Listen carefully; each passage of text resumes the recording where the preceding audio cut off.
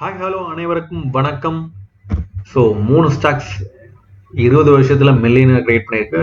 நீங்களும் ஒருத்தர் ஆகலாம் நல்ல ஸ்டாக்ஸை தேர்ந்தெடுத்து இன்வெஸ்ட் பண்ணீங்கன்னா. ஸோ இதில் முதல்ல நம்ம பார்க்க போகிற ஃபர்ஸ்ட் ஸ்டாக் பார்த்தீங்கன்னா ஜேஎஸ்டபிள்யூ ஸ்டீல். 2004 ₹1 இந்த பங்கு இன்னைக்கு மதிப்பு பார்த்தீங்கன்னா 963 இருக்கு. இந்த பங்கு வந்து 20 வருஷத்துல கிட்டத்தட்ட 94,361% ரிட்டர்ன் கொடுத்துருக்கு. ஸோ யாருமே நம்ப முடியாத ஒரு வளர்ச்சி 20 வருஷத்துல கொடுத்துருக்கு. நம்ம வந்து 100%, 200%க்குமே இது பண்றோம். இங்க பாத்தீங்கன்னா 94,000 ரிட்டர்ன், கிட்டத்தட்ட 10,000 மடங்கு வளர்ந்துருக்கு. இன்னும் அதுக்கு அடுத்தபடியா பாத்தீங்கன்னா பஜாஜ் ஃபைனான்ஸ், இதுவும் பாத்தீங்கன்னா கிட்டத்தட்ட 87,000% வளர்ந்துருக்கு. அதுக்கு அடுத்தபடியா பாத்தீங்கன்னா டைட்டன் 52,000% வந்திருக்கு. Eicher motor 26% and Shriram finance பார்த்தீங்கன்னா 12,000%. ஸோ ஆல் 3 ஸ்டாக்ஸ் வந்து ஒரு 20 வருஷத்துல மில்லியனர்ஸ் கிரியேட் பண்ணிருக்கு. ஸோ யாரெல்லாம் வந்து இந்த ஸ்டாக்ஸ்ல இன்வெஸ்ட் பண்ணிட்டு 20 வருஷம் பேஷண்டை வெயிட் பண்ணிட்டு இருந்தாங்களோ அவங்களே இன்னைக்கு ஒரு மில்லியனர். நீங்களும் ஆகலாம் மில்லியனர் வருங்காலத்துல. அதுக்கு அடுத்தபடியா பார்த்தீங்கன்னா Tata investment stocks. Tata stocks வந்து இன்னைக்கு பயங்கர ஒரு ரேபிட் ஹீட் பண்ணியிருக்காங்க. எல்லா ஸ்டாக்ஸுமே அப்பர் சர்க்கியூட்ல பண்ணிக்கிறாங்க. அதுல குறிப்பா பாத்தீங்கன்னா டாடா இன்வெஸ்ட்மெண்ட் கார்பரேஷன் பாத்தீங்கன்னா இன்னும் அப்பர் சர்க்கியூட்ல பண்ணியிருக்கேன். இதோட ரேலி பாத்தீங்கன்னா 20% அப்ல க்ளோஸ் ஆகிட்டு க்ளோசிங் டைம்ல பாத்தீங்கன்னா 19.45% க்ளோஸ் ஆகி ₹7,372 க்ளோஸ் ஆயிடுச்சு. இயர் டு டேட் பாத்தீங்கன்னா இந்த ஸ்டாக் வந்தீங்கன்னா 73% கெயின் ஆயிடுது. காரணம் அப்படின்னா என்னன்னு பாத்தீங்கன்னா டாடா சன்ஸ்ல வந்து சில சேஞ்சஸ் நடந்திருக்கு. அதாவது டாடா சன்ஸ் வந்து அவங்களுடைய டெப்டை வந்து ரீபே பண்ணிட்டாங்க. கிட்டத்தட்ட 20,000 கோடி டெப்டை ரீபே பண்ணிட்டாங்க. அண்ட் டாடா சன்ஸோடைய மேஜர் ஹோல்டிங்ஸ் பாத்தீங்கன்னா 68.5% டாடா இன்வெஸ்ட்மெண்ட் கார்பரேஷன் தான் ஹோல்ட் பண்ணிட்டு இருக்காங்க. இந்த டாடா இன்வெஸ்ட்மெண்ட் கார்பரேஷன்லயும் பாத்தீங்கன்னா செவரல் குரூப்ஸ் இருக்கு. அதுல பாத்தீங்கன்னா லார்ஜர் ஹோல்டிங் பாத்தீங்கன்னா டாடா கெமிக்கல் 5.97% ஹோல்ட் பண்ணிருக்காங்க. அதுக்கு அடுத்தபடியா பாத்தீங்கன்னா டாடா கன்சியூமர்ல 4.65% ஹோல்ட் பண்றாங்க. அண்ட் ட்ரெண்ட்ல 4.28% ஹோல்ட் பண்ணிருக்காங்க. அண்ட் அதர் கம்பெனிஸ்ல பாத்தீங்கன்னா 0.323% ஹோல்ட் பண்றாங்க. எக்ஸாம்பிள் பாத்தீங்கன்னா Titan, TCS, Voltas, Tata steel, Tata Motors இந்த மாதிரியான நிறுவனங்கள்ல இன்னைக்கு பாத்தீங்கன்னா ஒரு டாடா ஸ்டாக்ஸ்ல டாடா இன்வெஸ்ட்மெண்ட் கார்பரேஷன் மட்டும் இல்லை, எல்லா குறிப்பிட்ட ஸ்டாக்ஸுமே பயங்கர ஒரு ரேலி கொடுத்துருக்காங்க. குறிப்பா பாத்தீங்கன்னா டாடா இன்வெஸ்ட்மெண்ட் 20%, அதுக்கப்புறம் பாத்தீங்கன்னா Tata Elxsi 17.2%, Nelco 14.1%, TRF 10%, and Tata teleservices 8.8%, Tata technologies 4.9%. இந்த மாதிரி டாடா ஸ்டாக்ஸோட ரேலி வந்து இன்னைக்கு பயங்கரமா இருந்துச்சு. இதுல டாடா எலக்ஸி பாத்தீங்கன்னா இன்னைக்கு ஒரு நாள் மட்டும் 17.2% கொடுத்திருக்கு. ஸோ இந்த ஸ்டாக்ஸோட ரேலிக்கு காரணம் என்ன அப்படின்னு சொல்றாங்கன்னா யூஎஸ் ரேட் கட் எக்ஸ்பெக்டேஷன் வந்து செப்டம்பர்ல இருக்கும் அப்படின்னு ஒன்று எதிர்பார்க்கப்படுது. அண்ட் ஹையர் ஐடி ஸ்பெண்டிங், அதாவது இந்த யூஎஸ்ல ரேட் கட் வந்து வரும், அதனால ஹையரை வந்து ஐடிக்கு ஸ்பெண்ட் பண்ணுவாங்க அப்படின்னு ஒரு காரணத்தினால இந்த டாடா எலக்ஸியும் வந்து ரொம்ப க்ரோத் ஆயிருது. அண்ட் இந்த ஸ்டாக்ஸோட பிளான் பார்த்தா டாடா எலக்ஸியோட பிளான் பார்த்தீங்கன்னா இவங்க ஹையரா டிரான்ஸ்போர்ட்டேஷன் பிசினஸ்ல கான்சென்ட்ரேட் பண்றாங்க. அண்ட் இந்த டாடா எலக்ஸியோட ஓஇஎம் என்கேஜ்மெண்ட்டும் சப்ளை பண்ணியிருக்காங்க. அண்ட் மீடியா அண்ட் கம்யூனிகேஷன் செக்டர்லையும் டாடா எலக்ஸி வந்து பார்ட்னர்ஷிப் மீட் பண்ணி க்ரோத் பண்ணிட்டு இருக்காங்க. அண்ட் இன்ட்ரடியூசிங் நியூ சொல்யூஷனும் இவங்க இது பண்ணியிருக்காங்க. அண்ட் ரீசெண்டா பாத்தீங்கன்னா நார்த் அமெரிக்காவை சேர்ந்த நெட்வொர்க் டிரான்ஸ்போர்ட்டேஷன் ப்ராஜெக்டை இவங்க அக்விசிஷன் பண்ணியிருக்காங்க. அது மட்டும் இல்லாம இவங்க AI investing, digital AI, general technology அந்த மாதிரி எல்லா விதமான துறைகளிலும் இன்வெஸ்ட் பண்ணியிருக்காங்க. சில பிளாக் ட்ரேட்ஸும் இன்னைக்கு நடந்திருக்கு. டாடா பவர்ல பாத்தீங்கன்னா 29.73 கோடிக்கு பிளாக் ட்ரேட் நடந்திருக்கு. டாடா பவர்ல வேல்யூ பாத்தீங்கன்னா 425.1 ஒரு ஷேர். அதுக்கு பார்த்தீங்கன்னா டாடா எலக்ஸில பாத்தீங்கன்னா 20 கோடி, கிட்டத்தட்ட 20 கோடிக்கு ஒரு பிளாக் ட்ரேட் பண்ணியிருக்காங்க. அதனுடைய மதிப்பு பாத்தீங்கன்னா 8,191. அண்ட் ட்ரெண்ட்லயும் ஒரு பிளாக் ட்ரேட் போயிருக்குது. அதனுடைய மதிப்பு பாத்தீங்கன்னா 469 கோடி. எந்த ஷேரோட பை வேல்யூ பாத்தீங்கன்னா 6,925. ஸோ நிறைய பிளாக் ட்ரேட்ஸும் இன்னைக்கு டாடா ஷேர்ஸ்ல போயிருக்கு. அதுவும் ஒரு காரணம். ஸோ ஓவராலா பாத்தீங்கன்னா டாடா சன்ஸ் வந்து இனி லிஸ்ட் பண்ண மாட்டாங்க. நம்ம டாடா இன்வெஸ்ட்மெண்ட் கார்பரேஷன்ல தான் பை பண்ணலாம். அதனாலதான் இன்னைக்கு டாடா இன்வெஸ்ட்மெண்ட் கார்பரேஷன் ஒரு 20% அப்பர் ஹிட் ஆகுது. இன்னும் வருங்காலத்திலையும் ஒரு 20 to 40% அப்போ வாய்ப்புகள் இருக்குது. அண்ட் நம்ம ஆல்ரெடி பார்த்துட்டோம் டாடா எலக்ஸியோடைய ரீசன்ஸ். ஹவுசிங் வருது, பஜாஜ் ஹவுசிங் ஃபைனான்ஸ் வருது, அதுக்கப்புறம் பார்த்தீங்கன்னா Hero finance corp and NTPC green energy and அதுக்கப்புறம் ஓஎன்ஜிசி கிரீன் எனர்ஜி.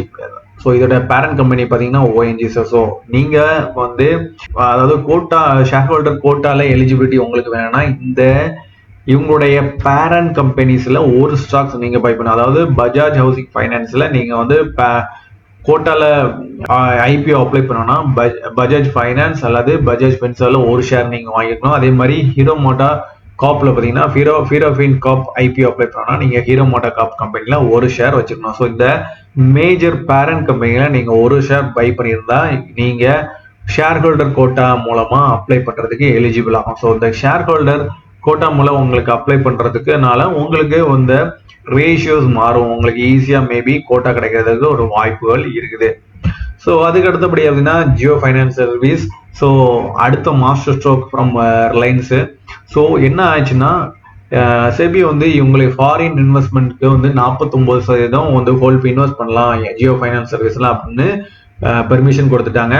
ஸோ கரண்டா பார்த்தீங்கன்னா 17.55% ஃபாரின் இன்வெஸ்டர்ஸ் வந்து ஜியோல இன்வெஸ்ட் பண்ணியிருக்காங்க. ஸோ இதன் மூலமா பார்த்தீங்கன்னா இந்த 49% இன்னும் 31.45% அவங்க இன்வெஸ்ட் பண்ணலாம். ஸோ இதனால 65,000 கோடி ஜியோ ரிலையன்ஸ் ஃபைனான்ஸுக்கு கிடைக்கும். ஸோ ஆல்ரெடி ஜியோ வந்து கேஷா 1,33,292 கோடி வச்சிருக்காங்க. இதையும் சேர்த்தாங்கன்னா அவங்கள்ட்ட 1,98,292, அதாவது கிட்டத்தட்ட 2 லட்சம் கோடி அவங்க கையில இருக்கும். ஸோ இதனால என்ன அப்படின்னு கேட்டீங்கன்னா அதிகமான கேஷை கையில வச்சிருக்காங்க, அதாவது சும்மாவே வச்சிருக்காங்க. ஸோ இதனால அவங்க வந்து ஜியோ ஃபைனான்ஸ்ல மோர் லோன்ஸ் கொடுப்பாங்க with lower interest. So same strategy தான் ஜியோ எப்படி டெலிகாம்க்கு என்ன ஸ்ட்ராட்டஜி கொடுத்தாங்களோ ஃப்ரீயா கொடுத்து கஸ்டமர் கொடுத்தாங்களோ அதே மாதிரி இங்க லோ இன்ட்ரெஸ்ட் கொடுத்து நிறைய வரை பிடிப்பாங்க. ஸோ எதனால அவங்க இந்த லோ இன்ட்ரெஸ்ட் கொடுக்குறாங்க காரணம் அப்படின்னு பாத்தீங்கன்னா இதெல்லாம் அவங்களுடைய பணம், அவங்க கடன் வாங்கலாம். மற்ற ஃபைனான்சியல் சர்வீஸ் பாத்தீங்கன்னா கடன் வாங்கி இவங்களுடைய நெட் இன்ட்ரெஸ்ட் மார்ஜின் வந்து அதிகமா இருக்கும். ஸோ இந்த நெட் இன்ட்ரெஸ்ட் மார்ஜின் அப்படின்னா என்ன அப்படின்னு சொல்லி நம்ம ஃபண்டமெண்டல் டீடைல்ஸ் வந்து கொடுத்துருக்கோம். அந்த வீடியோட லிங்க் வந்து கீழே கொடுத்துருக்கோம், அதுல நீங்க டீடைல்ஸ் பார்த்துக்கலாம். ஸோ நெக்ஸ்ட் நம்ம நேற்று மெட்டல் ஸ்டாக்ஸ் பார்த்துட்டு இருந்தோம். அந்த மெட்டல் ஸ்டாக்ஸோட growth எப்படி இருக்கும் அதோட ஹைலைட்ஸ்ல பார்த்தோம். இன்னைக்கு அதோட மீதி பாதியை பார்க்கலாம். கோல் இந்தியா. ஸோ கோல் இந்தியாவுடைய ரெவன்யூ பார்த்தீங்கன்னா குவார்டர் ஆன் குவார்டர் 3% குறைஞ்சிருக்கு. அண்ட் ப்ராஃபிட் ஆஃப்டர் டாக்ஸ் பார்த்தீங்கன்னா 27% உயர்ந்திருக்கு. இவங்களுடைய இபிட்டா வந்து இன்க்ரீஸ் ஆயிடுது. இயர் ஆன் இயர் பார்த்தீங்கன்னா 17% உயர்ந்திருக்கு. அண்ட் குவார்டர் ஆன் குவார்டர் பார்த்தீங்கன்னா 3% உயர்ந்திருக்கு. இபிட்டா மார்ஜின் வந்து நல்லாவே இருக்குது, அதனால பெட்டரா இருக்குது. அண்ட் குவார்டர் 1 பார்த்தீங்கன்னா இவங்க டிஸ்பேச்சஸ் பார்த்தீங்கன்னா கிட்டத்தட்ட 199 மெட்ரிக் டன் வந்து கோல் டிஸ்பேச் பண்ணியிருக்காங்க, அது இவங்களுடைய இது. அண்ட் கேபெக்ஸ் இன்க்ரீஸ் பண்ணியிருக்காங்க 3%. அண்ட் அதுக்கப்புறம் பார்த்தீங்கன்னா எம்ஓஎல் இவங்களுடைய ரெவன்யூ பார்த்தீங்கன்னா இயர் ஆன் இயர் பார்த்தீங்கன்னா 30% வந்திருக்கு. குவார்டர் ஆன் குவார்டர் பார்த்தீங்கன்னா 19% வந்திருக்கு. அண்ட் ப்ராஃபிட் ஆஃப்டர் டாக்ஸ் பார்த்தீங்கன்னா year on year 76%, quarter on quarter பார்த்தீங்கன்னா 67% வந்திருக்கு. அதாவது நல்ல இந்த எம்ஓஎல் பார்த்தீங்கன்னா quarter on quarter and year on year நல்ல ஒரு growth கொடுத்துருக்காங்க. இதற்கு காரணம் என்ன, இவங்களுடைய ப்ராடக்ட்ஸ், அதாவது வேரியஸ் கிரேட்ஸ் ஆஃப் மெக்னீசியம்ஸ் வந்து அதோடைய பிரைஸை இன்க்ரீஸ் பண்ணிக்கிறாங்க. அண்ட் கிட்டத்தட்ட 4.5 டன் மெக்னீசியம் வந்து சேல்ஸ் பண்ணிக்கிறாங்க. அண்ட் இவங்களுடைய டார்கெட் சேல்ஸ் பார்த்தீங்கன்னா 2.4 மெட்ரிக் டன் ஃபைனான்சியல் இயர் 26ல சொல்லியிருக்காங்க. அண்ட் இவங்களுடைய ப்ரைஸஸ் பார்த்தீங்கன்னா ஃபெரோகிரேட் எம்ஓஎல் இன்க்ரீஸ்ட் ஃபெரோகிரேட் ப்ரைஸஸ் இன்க்ரீஸ் பண்ணியிருக்காங்க, 6% இன்க்ரீஸ் பண்ணிக்கிறாங்க. படிப்படியாக இவங்களுடைய மார்ஜின் இன்க்ரீஸ் பண்ணனால இவங்களுடைய நல்ல ப்ராஃபிட் எடுத்துருக்காங்க. அதுக்கு அடுத்தபடியாக பார்த்தீங்கன்னா ஹிண்டல்கோடைய ரெவன்யூ பார்த்தீங்கன்னா quarter on quarter 2%, year on year 8% வந்திருக்கு. அண்ட் ப்ராஃபிட் ஆஃப்டர் டாக்ஸ் பார்த்தீங்கன்னா இயர் ஆன் இயர் உயர்ந்திருக்கு, குவார்டர் ஆன் குவார்டர் பார்த்தீங்கன்னா குறைஞ்சிருக்கு 3%. அண்ட் இவங்களுடைய காப்பர் செக்மெண்ட்ல இபிட்டா வந்து 8 பில்லியன் growth காமிச்சிருக்காங்க. வருங்காலத்துல இன்னும் growth அதிகமா இருக்கும் அப்படின்னு எதிர்பார்க்கப்படுது. அதுக்கு அடுத்தபடி பார்த்தீங்கன்னா நல்கோடைய ரிசல்ட் அண்ட் ரெவன்யூ ரெண்டுமே இப்போ நெகட்டிவ்ல தான் இருக்குது. ஸோ இவங்க அலுமினியம் மெட்டல்ஸ் சேல்ஸ் வந்து குவார்டர்ல குறைஞ்சிருக்கு ரொம்பவே, அது ஒரு காரணம். அண்ட் அதுக்கு அடுத்தபடி வேதாந்தாவும் அவங்களுடைய ரெவன்யூ பார்த்தீங்கன்னா 1% வந்திருக்கு. அண்ட் ப்ராஃபிட் ஆஃப்டர் டாக்ஸ் பார்த்தீங்கன்னா 164% குவார்டர் ஆன் குவார்டர் வந்திருக்கு. இந்த கம்பெனி டிக்ளேர் ஃபைனான்சியல் இயர் 25ல டிவிடெண்ட் 15 ரூபா per ஷேருக்கு டிக்ளேர் பண்ணியிருக்காங்க. அதுக்கு அடுத்தபடி பார்த்தீங்கன்னா ஹிந்துஸ்தான் சிங். ஸோ ஹிந்துஸ்தான் சிங்கோட ரெவன்யூ பார்த்தீங்கன்னா year on year 11%, quarter on quarter 2% வந்திருக்கு. ப்ராஃபிட் ஆஃப்டர் டாக்ஸ் பார்த்தீங்கன்னா year on year 19%, quarter on quarter 15% உயர்ந்திருக்கு. ஸோ இவங்களுடைய இபிட்டா குவார்டர் வந்து இந்த இபிட்டா இந்த குவார்டருக்கு ரிப்போர்ட் பண்ணது பார்த்தீங்கன்னா 39.5 பில்லியன் ரிப்போர்ட் பண்ணியிருக்காங்க. இபிட்டா மார்ஜின் பார்த்தீங்கன்னா 10 பைசா வந்து குறைஞ்சிருக்கு. இயர் ஆன் இயர் பார்த்தீங்கன்னா குவார்டர் ஆன் குவார்டர் பார்த்தீங்கன்னா 10 பைசா குறைஞ்சிருக்காங்க. அண்ட் இயர் ஆன் இயர் பார்த்தீங்கன்னா 293% உயர்ந்திருக்கு. 211 கிலோ டன் ஜிங்க் வால்யூம்ஸை இவங்க சேல்ஸ் பண்ணியிருக்காங்க இந்த ஆண்டுல, இந்த குவார்டர்ல. ஸோ அதுக்கடுத்தலாம் ஏபிஎல் அப்போலோ. ஸோ ஏபிஎல் அப்போலோடைய சேல்ஸும் பயங்கரமா இல்லை. Revenue and profit after tax பார்த்தீங்கன்னா பெரும்பாலும் இன்லைன்ல தான் இருக்குது. அதுக்கு அடுத்தபடியாக பார்த்தீங்கன்னா சூரிய ரோஷினி இவங்களுடைய குவார்டர் ரெவன்யூ பார்த்தீங்கன்னா குவார்டர் ஆன் குவார்டர் குறைஞ்சிருக்கு. இயர் ஆன் இயர் பார்த்தீங்கன்னா 1% ஃபிளாட்டா இருக்குது. அண்ட் ப்ராஃபிட் ஆஃப்டர் டேக்ஸ் பார்த்தீங்கன்னா குவார்டர் ஆன் குவார்டர் 11% குறைஞ்சிருக்கு. இயர் ஆன் இயர் பார்த்தீங்கன்னா 56% இருக்குது. இவங்களுடைய ஸ்டீல் பைப்ஸ் அண்ட் டியூப் செக்மெண்ட்ல குவார்டர் ஒன் சேல்ஸ்ல பார்த்தீங்கன்னா 204 கிலோ டன் சேல்ஸ் பண்ணியிருக்காங்க. இதுவே பார்த்தீங்கன்னா இயர் ஆன் இயர் 8% உயர்ந்திருக்கு. அண்ட் குவார்டர் ஆன் குவார்டர் பார்த்தீங்கன்னா 13% நெகட்டிவ் இருக்கு. ஸோ இதனால தான் இவங்களுடைய ரெவன்யூ வந்து இந்த குவார்டர் குறைஞ்சிருக்கு. ஸோ ஓவராலாக பார்த்தீங்கன்னா இதுதான் ஸ்டீல் செக்டரோடைய ஹைலைட்ஸ். ஸோ இந்த மாதிரியான நல்ல தகவலுக்கு நம்ம சேனலை தொடர்ந்து கவனிங்க. இபிட்டா மார்ஜின்ஸ் எப்படி இருக்கு இந்த கம்பெனிஸோட இபிட்டா மார்ஜின்ஸ்? ஸோ சேலோட இபிட்டா மார்ஜின் பார்த்தீங்கன்னா 9.3% இருக்குது. அண்ட் ஜிஎஸ்டபிள்யூ பார்த்தீங்கன்னா 17% ஃபிளாட்டா இருக்குது. அண்ட் டாடா ஸ்டீல் பார்த்தீங்கன்னா 12% ஃபிளாட்டா இருக்குது. அண்ட் பிரைமரி ஸ்டீல் ப்ரொடியூசர் பார்த்தீங்கன்னா கோல் இந்தியா பார்த்தீங்கன்னா 31% இபிட்டா மார்ஜின் வச்சிருக்காங்க. அண்ட் என்எம்டிசி 43, அண்ட் எம்ஓஎல் பார்த்தீங்கன்னா 32. ஸோ எம்ஐஎல் பார்த்தீங்கன்னா குவார்டர் ஒன்னோட ஆல்மோஸ்ட் ஃபிளாட்டா இருக்கிறாங்க. ஸோ ஏன்னா அவங்களுடைய ப்ராடக்ட்ஸோட சேல்ஸை இன்க்ரீஸ் பண்றது தான், அவங்க ப்ரைஸும் இன்க்ரீஸ் பண்ணுங்க. அதுக்கப்புறத்தையும் பார்த்தீங்கன்னா மைனிங்ல வந்து சூரிய ரோஷன் வந்து 8.8 வச்சிருக்காங்க. ஏபிஎல் அப்போலோ டியூஸ் 6.1 வச்சிருக்காங்க. ஸ்டீல் ப்ராடக்ட்ஸ்ல ஹிந்துஸ்தான் சிங், வேதாந்தா, நல்கோ எல்லாருமே வந்து ஆல்மோஸ்ட் ஃபிளாட்டா அவங்களோட EBIT மார்ஜின் வச்சிருக்காங்க. நான் ஃபெரஸ்ல பாத்தீங்கன்னா 31.2% இருக்குது. ஸோ டோட்டலா குவார்டர் ஒன் 125 பார்த்தீங்கன்னா இபிட்டா மார்ஜின் இன்க்ரீஸ் ஆகுது 20.9% இருக்குது. இதுவே குவார்டர் ஒன் FY24 பார்த்தீங்கன்னா 18% இருக்குது. ஸோ ஓவரால் 2.9% வந்து இபிட்டா மார்ஜின் இன்க்ரீஸ் ஆயிருக்கு. And sales year on year quarterly sales பார்த்தீங்கன்னா சூரிய ரோஷினி 8% உயர்ந்திருக்காங்க. எம்ஓஎல் பார்த்தீங்கன்னா 14% வந்திருக்கு. ஸோ இந்த எம்ஓஎலுடைய சேல்ஸ் வந்து பயங்கரமா உயர்ந்திருக்கு. இதனால தான் இவங்களுடைய ப்ராஃபிட் ஆஃப்டர் டேக்ஸ் நல்லாவும் உயர்ந்திருந்துச்சு. ஸோ ஓவராலாக பார்த்தீங்கன்னா எம்ஓஎல் அண்ட் சூரிய ரோஷினி வந்து நல்ல ஒரு சேல்ஸை காமிச்சிக்கிறாங்க.